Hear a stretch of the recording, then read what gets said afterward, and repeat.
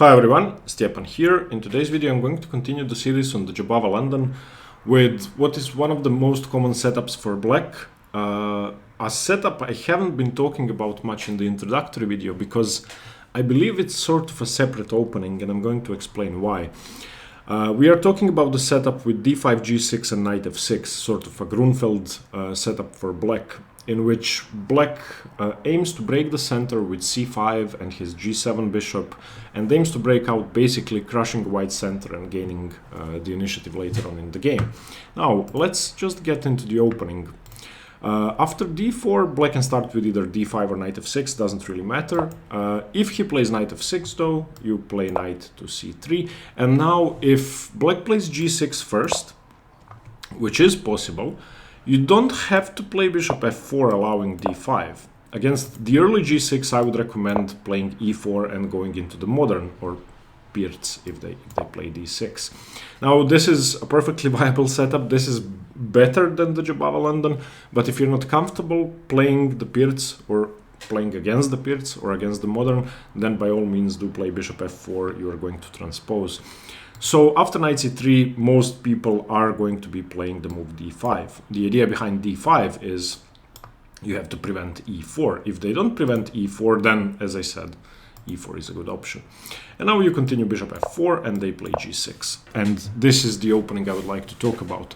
Now, in this position, white has a clear plan ahead, which is something black cannot claim. And that's a very good thing. If you get this position on the board, you will most likely know what to do, because the plans are extremely obvious and the attack that's coming that white wants to play is easy to see. So the main ideas in this setup, against this setup, are to gain a quick initiative on the king side, undermine this lever that black created with the pawn on g6 by playing h4, h5. This is going to be something that you will see in all three setups I'm going to show you today.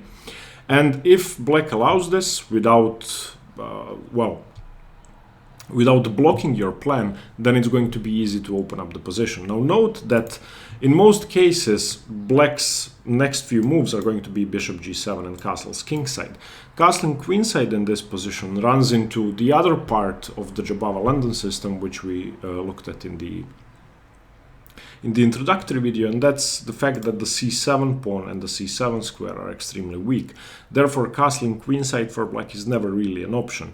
You can continue with the moves knight b5, c3 or c4, queen a4, and immediately there's a ton of pressure on the queen side. Coming up are also knight f3, knight e5, maybe e3, bishop b5 or bishop a6 even. I've seen stuff like that. So castling queenside, not an option. White continues with e3, which is a very flexible move, developing your bishop, also defending the b5 square. So if black is not careful, if he continues with c5, for example, then of course you can get into the position that we looked at in the introductory video after knight to b5. Queen a5 is of course not a threat because you can play the move c3. And if they go knight a6, which is normal, you go c3 again, and you have this London system setup without the knight being stuck on d2. It's very hard for black to develop his rook because the a7 pawn is hanging and the position is great for us. So most people are going to be playing bishop g7. And here is where the position branches out. Now, you can find 3 chapters on the list here, and you can go to each chapter separately if you'd like to. This is a position in which I'm giving white 3 options, or the theory gives white 3 options. You can continue by brute force h4 straight away, which is a fine option. You can continue with knight b5, which is going to be slightly different than what we are going to see in the other 2 positions, or you can go for the so-called berry attack. Now, the berry attack is a very old opening. It got its name way before the Jobava London system, and it has been played for the last 150 years, and it has been played by some very strong players. I'm going to show you one game in that opening that's very interesting. The berry attack is a setup with the bishop on e2 and the knight on f3, in which you later on continue with your attack. So the way to go for that setup would be to play bishop to e2, for example. So those are the 3 ideas we are going to be looking at. I would like to start with knight b5 because I'm not a big fan of it, and I don't think white has a significant edge, or that white has great attacking chances against that. So let's have a look at knight b5. So the idea is clear. We want to take on c7 and win the game straight away. So black really only has one move. Black has to play knight a6 and defend. And now you can play knight f3, but more common is h3, simply preventing any knight h5 ideas and keeping your bishop. Black is going to castle. Now you play knight f3, black plays c6, evicting your knight. And that's the difference. Knight b5 with the pawn still on c7 allows black to play c6 and then reroute his knight. And this is a very common strategic plan which I would like you to remember. Either via c7 to e6, or more commonly via c7 to e8 and then to d6. And once black puts a knight on d6, then he has immense control over the e4 square, which makes it really hard for you to get your pieces into play. So you continue knight c3, of course there's no better move. Black continues knight c7. And now there are two ways to play this position. You can either play bishop e2 or bishop to d3. There have been several games in each position. In my opinion, bishop e2 is the more logical move. Usually against fianchetto setups, you don't really want your bishop on d3 because it's blunted. And on e2, it does support h4, h5, so bishop e2 is more common. But bishop to d3 is possible, and it has been played by very strong players. There's a game Grishchuk-Cheparinov, which I'm going to show briefly. So Grishchuk played bishop to d3, black played a5. Black can also, of course, continue with his plan straight away. Knight c8, castles, and knight to d6. And immediately you can see that even though white's pieces are sort of well placed, black is holding on. But in the game, Cheparinov played a5, and this was a blitz game. So castles, b5, rook e1 by Grishchuk, knight e6 in this case, and bishop to e5, aiming to trade off this one if the f6 knight moves. The bishop went to a6 and now a3, and it basically became a fairly positional game where black had this bad bishop on b7 and never really managed to get rid of it. So as you can see, the bishop made a million moves, and Grishchuk had this great knight on c5 and the other great knight on e5, and he went on to win. So, but as I said, black did not have to go for a5. a5 is an inaccuracy. I believe that just going for straightforward central control is better. The other option in this case is bishop to e2. And this is what I like more for black. Here I'm going to show you a game, Gareev against Romanishin, which was a slow game. And it was very interesting. White won. So black went for knight c8. White just castled. The knight came to d6, which is the most resilient, and rook e1. I'm not really a fan of rook e1 because you're never playing e4. But the idea wasn't to play e4, the idea was to reinforce the kingside with bishop f1.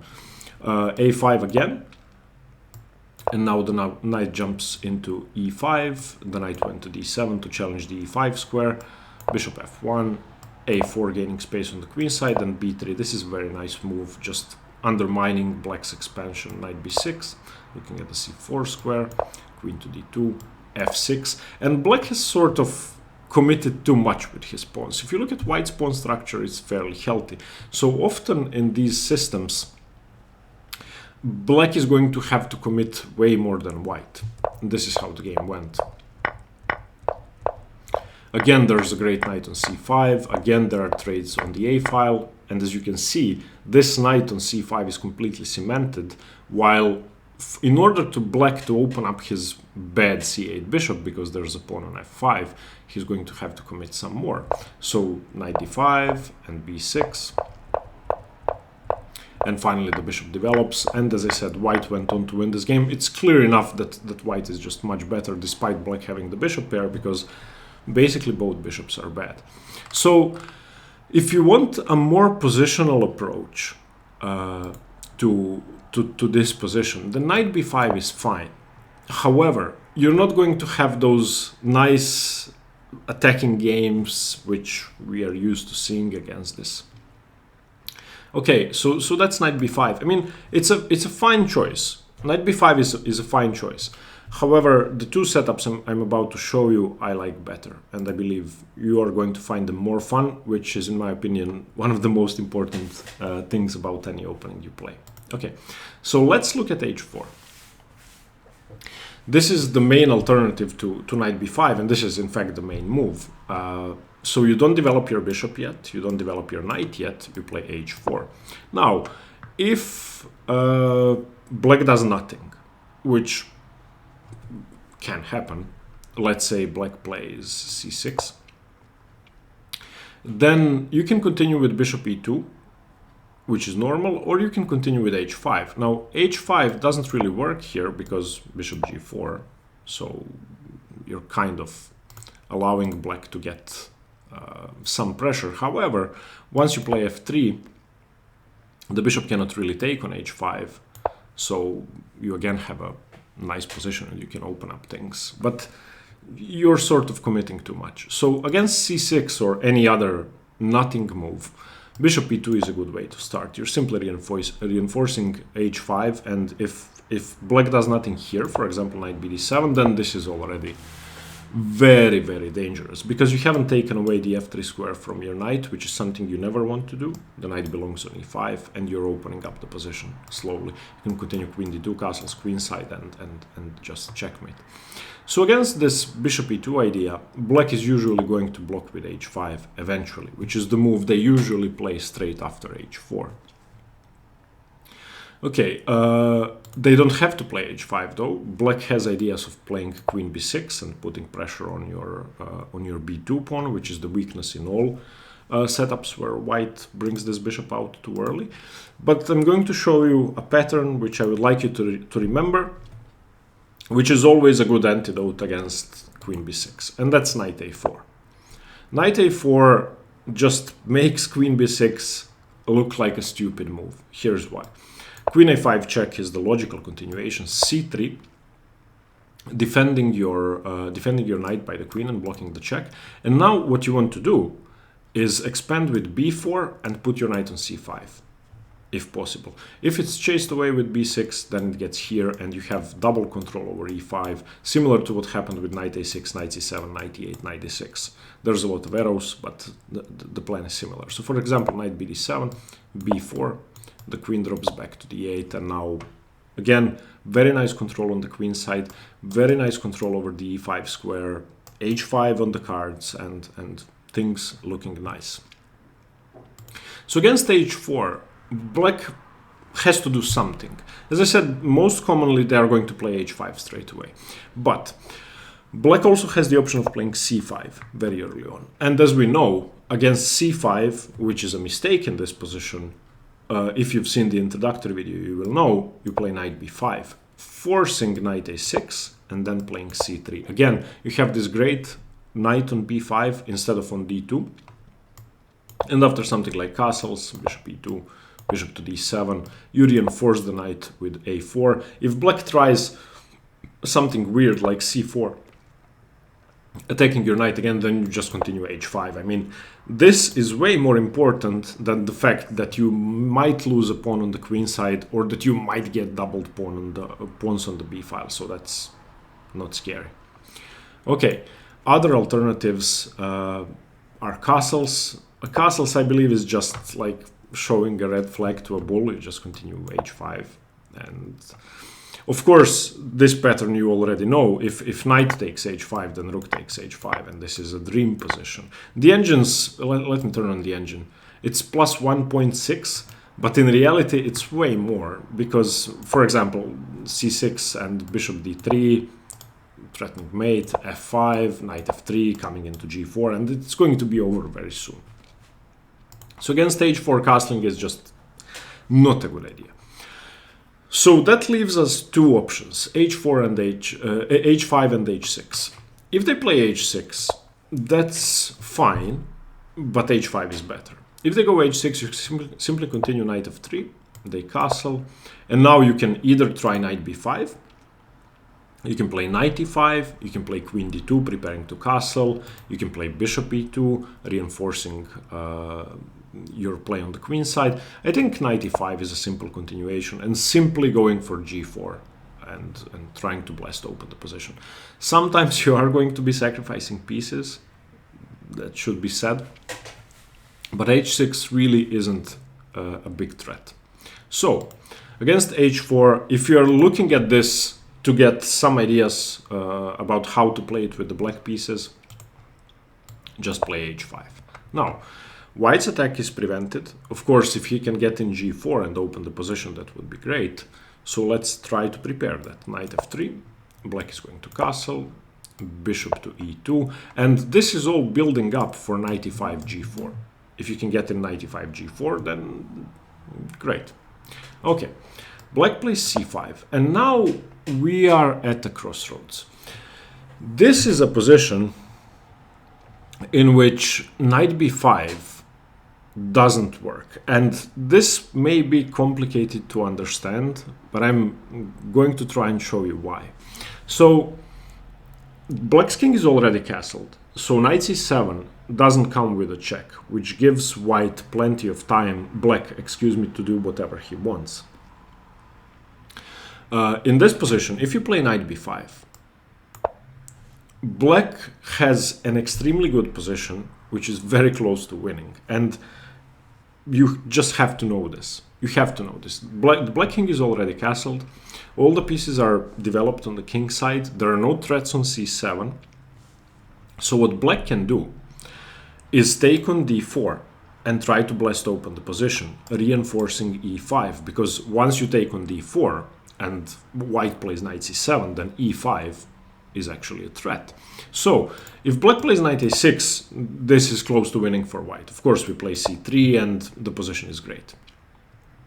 If, however, after knight b5, black takes on d4, you simply have to recapture.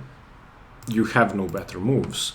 If you play knight c7, then it's basically game over. Knight g4, look at this pressure. If you don't take the rook now, why do you play knight c7? So let's say knight takes rook, and now e5. And this is all over. So knight e5, for example, bishop e5, knight e5, e d4, knight c4. Let's say you try to trade everything off, takes, and castles, and bishop f5, for example. This position is hard to play. You are going to lose this knight. The engines give it as -1, but I believe it's more.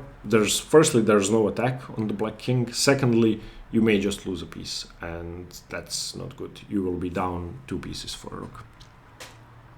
So, coming back to this position, and this is the first critical position. So after h4, h5, knight f3, castles, bishop e2, c5, which is the best move.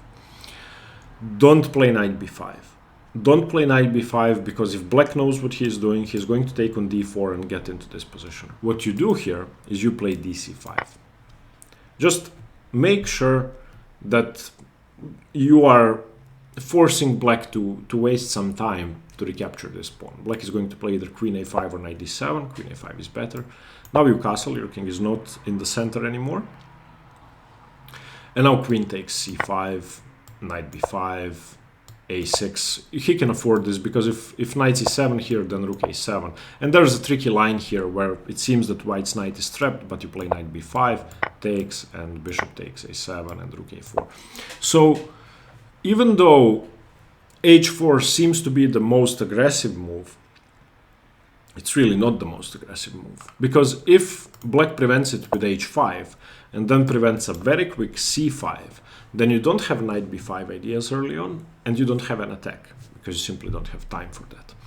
Which is why I believe h4 is not the ideal move. Of course, if you're playing inexperienced players, if you're playing somebody who doesn't know what to do here, if they're unfamiliar with the setup, which is very possible, you might just get a winning position if they castle early on or something. But if you're playing somebody very experienced, you will most likely get this position. And Not that this position is bad for white, it's fine for white.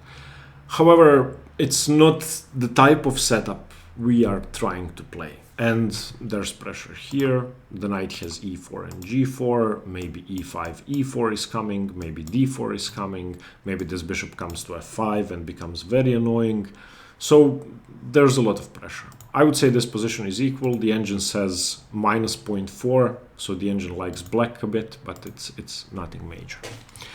Which leads us to what I believe is the ideal way to play this position.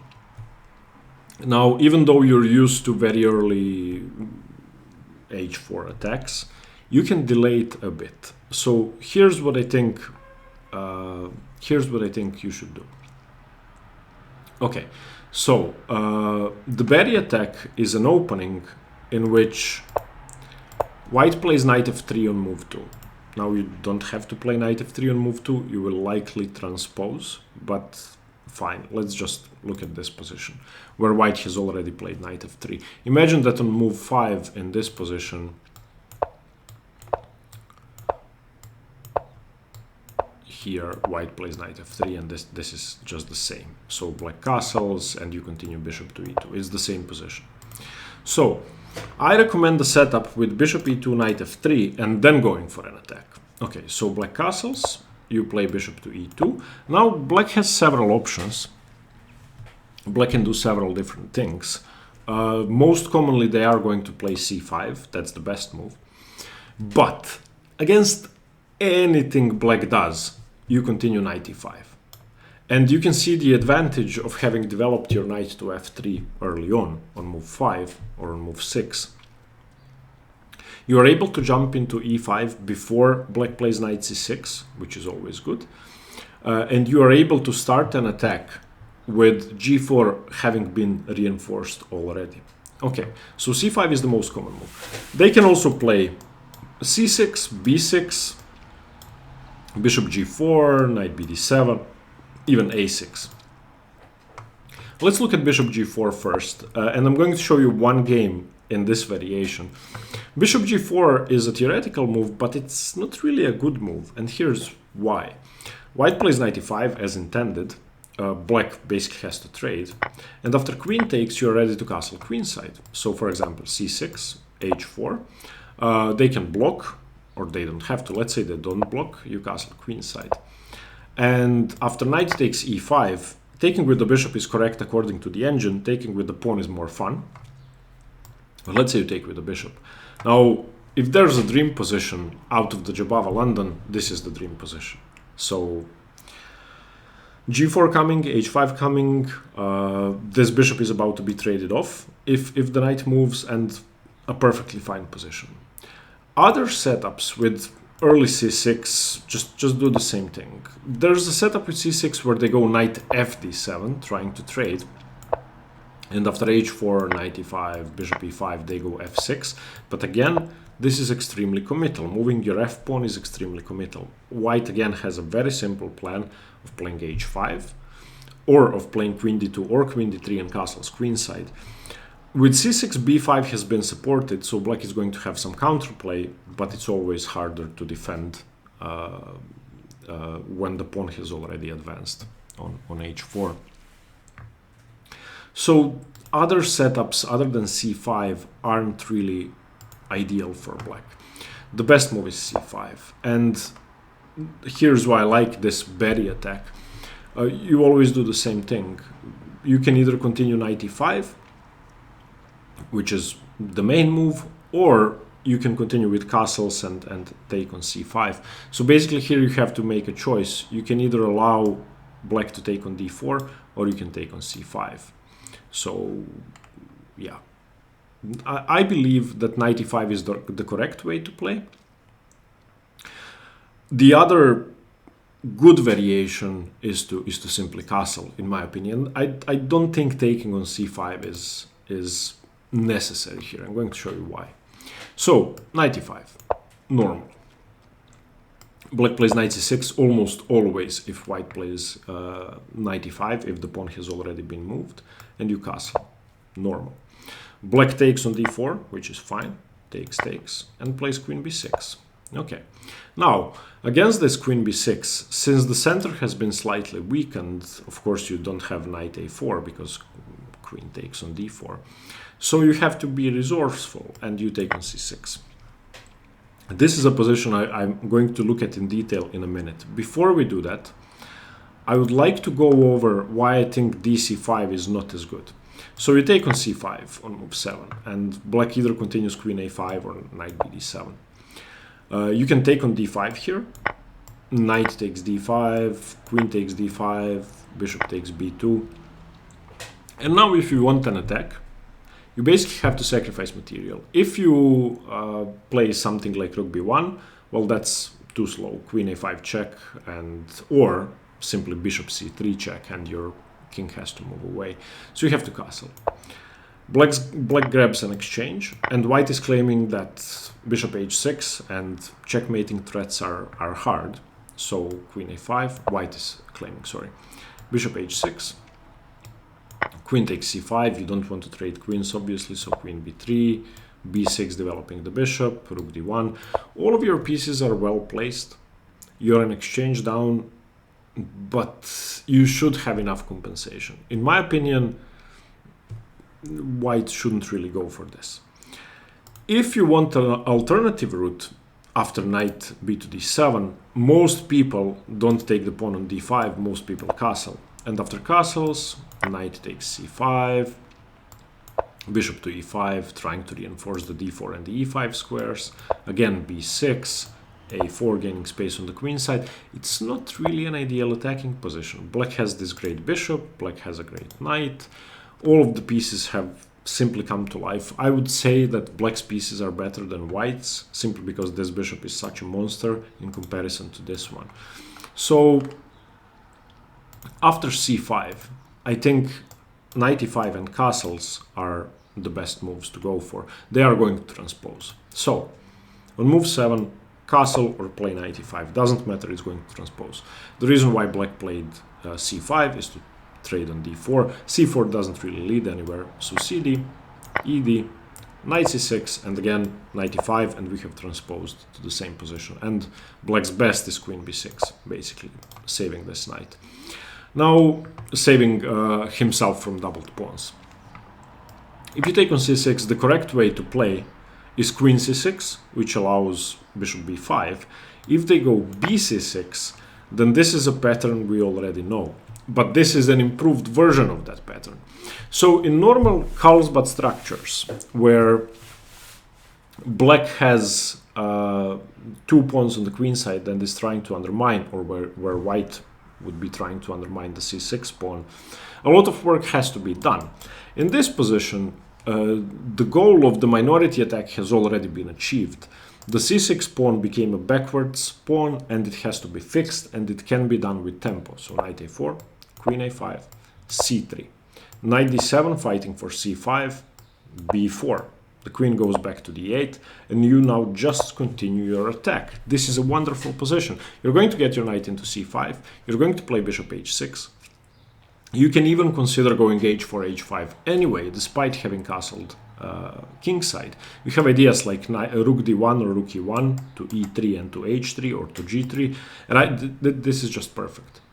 The only weakness you have is the e4 square, which can be dealt with f3, and it's not really such a big weakness.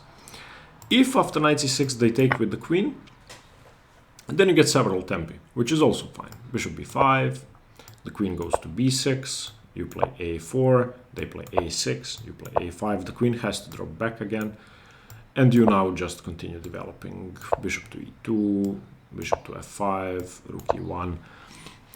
Again, this is a target, and this is a target. But as soon as you play knight a4 and c3 and knight c5, c2 is no longer a target because it's on c3, and b7 has become even weaker. So again, I would say this is a very nice position. So to conclude, I think, okay, let's go back to the starting position. You play d4, they play knight f6. You play knight c3, they play d5. Bishop f4, g6, e3, bishop g7. I think positions with bishop e2 and knight f3 are just perfect. The berry attack is a very nice opening.